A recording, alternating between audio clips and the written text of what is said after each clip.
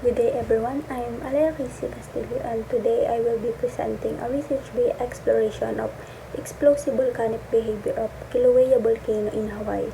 This study conducted by Schmith and Swanson focuses on the complexity of phreatomagmatic explosion and how magma structure influences eruption dynamics. For the study background and rationale, Kīlauea is widely known for its effusive eruption style. It is dominated by lava flows and gentle activity. However, the thick Tephra deposits around its summit, especially the Keanakāko Tephra, tell a different story. These layers, reaching up to 7 meters in thickness, are evidence of a violent explosive past, and this dual nature makes Kīlauea an ideal for natural laboratory to investigate the transition between effusive and explosive eruptions.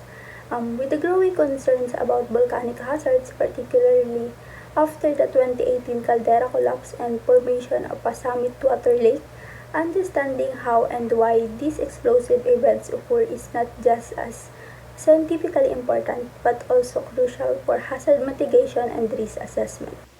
For the objectives of the study, the primary aim of this study was to better understand the eruption dynamic of Kīlauea's explosive history by focusing on Unit D of Keanakāko Tephra. The objectives include first, characterizing the physical properties and stratigraphy of the Unit D deposits. Second, determining how variation in magma structure, especially the vesicularity, influence explosion efficiency and fragmentation style. And third, assessing the eruption mechanisms through detailed particle size and shape analysis. By achieving these goals, the study contributes valuable knowledge about how basaltic systems can produce violent explosion under the right conditions. For the study area, the research was conducted at the southern of Kīlauea summit in caldera, which is marked by prominent exposure of Unit D Tephra. As shown in the figure 1, the team selected two proximal sections for sampling, one at the main section and another at the upper subunit area to the southwest. This area was ideal for study because it contains the thickest and the best preserved deposits, allowing for a high-resolution look at the eruptive sequence. The location within a deep caldera is also important, as the shape and the depth of the vent likely influence the dynamics of pyroclastic density currents and the plume dispersal. To understand the deposit in detail, the authors collected 100 samples from the two stratigraphic sections. Each sample was analyzed for grain size and shape using ComSizer P4 and X2 instruments. It is a high-precision dynamic image analyzers. The grain size distribution was determined using the sieving and optical techniques, while shape analysis focused on parameters like sphericity, compactness, aspect ratio, and the Curomben roundness. These metrics help identify how the materials were fragmented and transported. Additionally, the lithophases classification and stratigraphic logging were used to interpret depositional environments and eruption phases.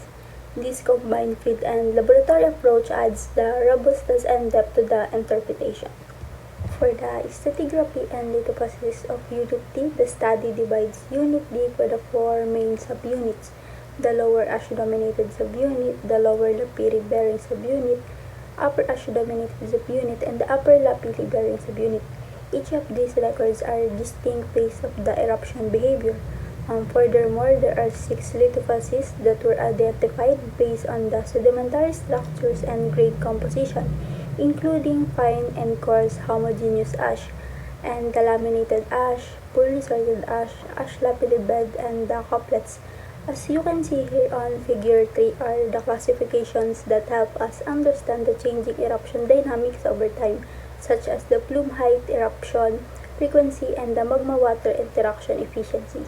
For the juvenile components, there are 3 main juvenile components that were identified in the deposits. First were the olive green ash composed of dense, blocky hydromen-laid glass, which suggests rapid quenching during fragmentation. The second one, as you can see here, is the dark gray ash and lapilli, which represent low to moderate vesicular magma, indicating intermediate fragmentation processes. And lastly, light yellow pumice that is formed from highly vesicular magma that represents more explosive fragmentation.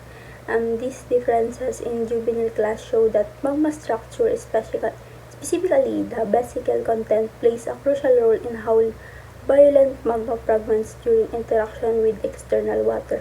For the eruptive styles, the deposits indicate a variety of eruptive styles. The thin planar ash bed suggests that it is low-intensity, frequent explosions that generated short, low flumes. The occasional lapilli layers point to high moisture in the eruption column, which enhances fine ash aggregation. This is a typical of phreatomagmatic activity. Meanwhile, the poorly sorted ash layers with limited cross-bedding are interpreted as dilute pyroclastic density currents that is possibly influenced by the caldera's deep topography. The study also notes that the vent location shifted over time, which affected deposit distribution and may signal vent migration during the eruptive episodes. In terms of grain size and shape modeling, the authors used deconvolution modeling. It is a statistical technique that breaks down a composite grain distribution into multiple subpopulations.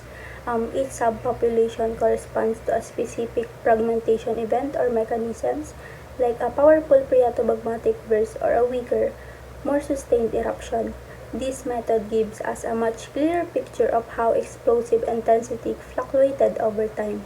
In addition to size, the study also focused heavily on grain shape analysis, which is essential for identifying how the materials was broken apart. They measured parameters like sphericity, compactness, and aspect ratio, as well as the chrome roundness. These shape metrics provide insight into fragmentation style. For example, the blocky and angular particles, especially those with low sphericity and high compactness, were interpreted as the result of brittle fragmentation, where dense magma rapidly shatters upon contact with water. This is a typical of phreatomagmatic explosion involving low vesicularity magma. On the other hand, rounded vesicular particles with high sphericity and low compactness suggest a ductile fragmentation of bubbly magma, where the expansion of vesicle contributes to the breakup process, and these particles are often associated with more explosive events where internal gas drives fragmentation along with external water interaction.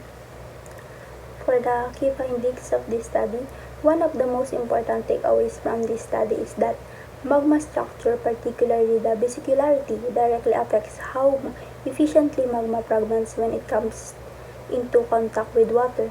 Denser magma produces blocky fragments, while vesicular magma tends to produce pumice and ash. This influences not only eruption style but also the dispersal of volcanic material and the potential reach for hazardous events. Therefore, understanding the physical properties of magma in real time could greatly improve eruption forecasting and hazard assessment of basaltic volcanoes like the Kīlauea Volcano in Hawaii. For the study strength, these studies stand out due to its systematic sampling, high-resolution analysis, and innovative use of grain size shape modeling across a wide size spectrum. Few previous studies have applied this level of detail to basaltic Tephra deposits. The use of both field and lab data to triangulate eruption processes also strengthens the conclusion. By integrating multiple lines of evidence, the authors build a comprehensive picture of how magma structure affects eruption style, making it a valuable reference for future studies in phreatomagmatism and Tephra stratigraphy. Also, despite its strengths, the study has a few limitations. It is based on just two proximal sections, which limits the ability to correlate deposit across the entire caldera. Also, while the presence of the phreatomagmatic feature is strongly supported, the role of external water is inferred rather than directly observed. These limitations don't undermine the conclusions, but they do highlight the need for future research across broader areas and using complementary methods like hydrothermal modeling or geochemical water signatures.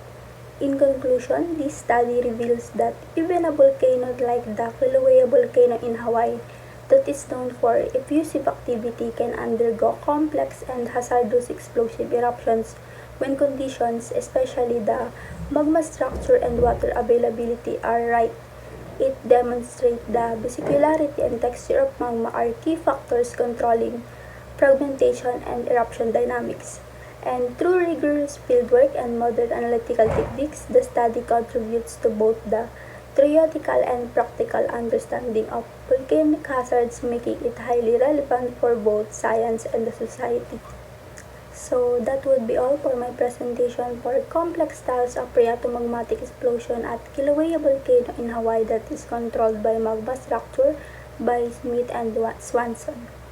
So that would be all. Thank you.